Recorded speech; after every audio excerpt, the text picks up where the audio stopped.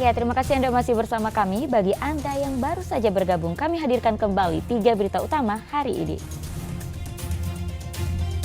Belasan sepeda motor berknalpot bising atau brong terjaring razia Polres Tasikmalaya Kota.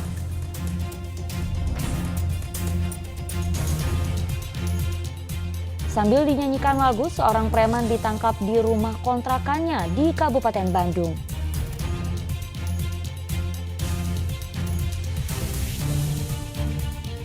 Seorang pemuda di Kabupaten Bandung berduel dengan begal yang hendak merampas sepeda motor miliknya.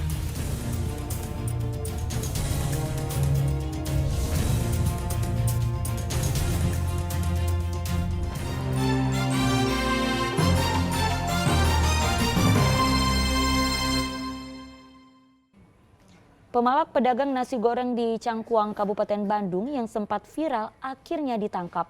Tak hanya memalak, mereka juga mengancam korbannya dengan golok. Namun di hadapan petugas, para preman itu tak berkutik. Selamat ulang tahun. Sambil bernyanyi, Polresta Bandung menangkap Sandu di rumah kontrakannya di kawasan Cangkuang, Kabupaten Bandung. Ia adalah salah satu preman yang memalak dan mengancam pedagang nasi goreng di Jalan Sayuran. Rekaman kamera pengawas pada 30 Juli lalu, pelaku dan kedua rekannya mendatangi seorang pedagang nasi goreng. Dengan membawa golok, pelaku memalak dan mengancam korban. Diberikan 5.000 oleh si pedagang kepada yang bersangkutan tidak mau, mintanya 20.000. Begitu dibuka lacinya, yang kelihatan adalah 50.000. Diambil 50.000, si pedagang minta kembalian. Namun si pelaku mengatakan mau dibacok, minta kembalian mau dibacok, sehingga si pedagang nasi goreng tidak berani untuk minta kembalian dan yang bersangkutan naik motor dan meninggalkan tempat. Premanisme tiga pelaku ini meresahkan warga karena kerap memalak para pedagang. Bahkan mereka tak segan-segan mengancam dengan senjata tajam. Namun setelah ditangkap, pelaku hanya tertunduk dan menyesali perbuatannya. Menyesali perbuatan yang setelah saya lakukan. Tapi kan situ jagoan, masa jagoan nyesel? Nyesal Pak. Kan preman, masa preman nyesel? Ngomong sama preman yang lain. Preman-preman, jagoan-jagoan, jangan ada yang meresahkan masyarakat Kabupaten Bandung. Kalau meresahkan masyarakat Kabupaten, nanti akan ditangkap sama Pak Polisi. Preman-preman jangan ada yang meresahkan di Kabupaten Bandung. Jadi kalau ada yang meresahkan, ditangkap Pak Polisi. Seperti saya. Polisi juga menangkap satu rekan lainnya, sementara satu orang lain masih buron. Keduanya dijerat pasal berlapis tentang kepemilikan senjata tajam dan pencurian serta kekerasan dengan ancaman hukuman di atas 10 tahun penjara. Muhammad Abbas melaporkan dari Kabupaten Bandung. Seorang pengedar narkoba ditangkap di rumah keluarganya di Cianjur. Dari tangan tersangka, polisi menyita 9 kg ganja dan 6 gram sabu-sabu. Sebenarnya itu 9 kg ganja dan 6 gram sabu-sabu ditemukan saat polisi menangkap pengedar narkoba di rumah keluarganya di Gang Sanusi, Kelurahan Sayang, Cianjur. Pria 31 tahun ini langsung digelandang ke Polres Cianjur. Dalam pemeriksaan, pelaku mengaku mendapatkan narkotika dari seorang yang dikirim melalui kargo. Rencananya ganja akan dijual dalam paketan 30 gram dengan harga Rp100.000. Tersangka ini mendapatkan narkotika dengan cara memesan secara telepon, kemudian dikirimkan melalui paket dan dikirimkan ke Cianjur melalui jasa pengiriman kargo. Namun tentunya dengan berbagai cara, yaitu dengan mengatasnamakan orang lain, itu salah satu modus yang dilakukan oleh pelaku. Saat ditelusuri pengirim ganja dari paket yang diterima pelaku, didapati nama dan alamatnya ternyata palsu. Pelaku ini belum pernah terjerat kasus pidana, tetapi polisi curiga ia sudah jadi pemain lama dalam peredaran narkoba di kalangan kaula muda di Cianjur.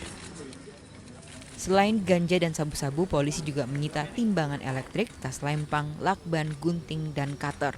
Kini pelaku dijerat pasal berlapis dengan ancaman 5 hingga 12 tahun atau seumur hidup. Rendra Gozali melaporkan dari Cianjur. Ya, ingatkah Anda dengan kasus ibu dan anak yang ditemukan jadi mayat di dalam mobil di Jalan Cagak, Subang? Sudah 2 tahun berlalu, maksud kami, polisi belum menetapkan tersangka. Pekan ini, polisi kembali memanggil ulang sejumlah saksi. Kasus pembunuhan ibu dan anak di Jalan Cagak, Subang belum menemukan titik terang. Penyidik Polda Jawa Barat kembali memanggil sejumlah saksi. 2 kakak korban, Yeti dan Ida, suami korban, serta anak dari istri muda suami korban. Pihak keluarga suami korban tidak keberatan dengan penyelidikan ini. Kuasa hukum berharap kasus segera terungkap apalagi sudah 2 tahun berjalan. Dari awal saya sudah berharap supaya perkara ini tidak dipetieskan ya. Kapolda sudah berganti, kemudian Kapolres Subang juga sudah berganti. Saya berharap sekali dengan apalagi padirnya juga baru, padir krimumnya baru. Saya besar harapan saya ketika ada personil yang baru di Polda Jabar ini akan mampu mengungkap perkara yang ini dengan secepatnya. Nyaris 2 tahun, beberapa hari lagi perkara ini 2 tahun. Jadi harapan saya semoga dengan dibentuknya tim yang baru ini segera terungkap yang sebenarnya ya. Polisi telah memeriksa 14 saksi. Mereka merupakan keluarga, kerabat korban, tetangga hingga anak dan istri muda dari suami korban. Kasus pembunuhan ibu dan anak Enung dan Amalia di Jalan Cagak, Subang terjadi pada 18 Agustus 2021. Mayat keduanya ditemukan dalam mobil yang terparkir di halaman rumah. Hingga kini polisi belum menemukan pelakunya. Zainal Arifin melaporkan dari Subang. Sindikat perdagangan orang di Kota Bandung terbongkar. Salah satu pelakunya adalah seorang ibu rumah tangga. Mereka mengiming-imingi korbannya gaji yang tinggi di luar negeri.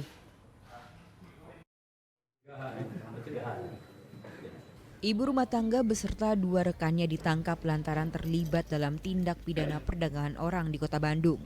Ketiganya telah memperkerjakan puluhan orang sebagai asisten rumah tangga dan buruh pabrik di Arab Saudi dan Uni Emirat Arab.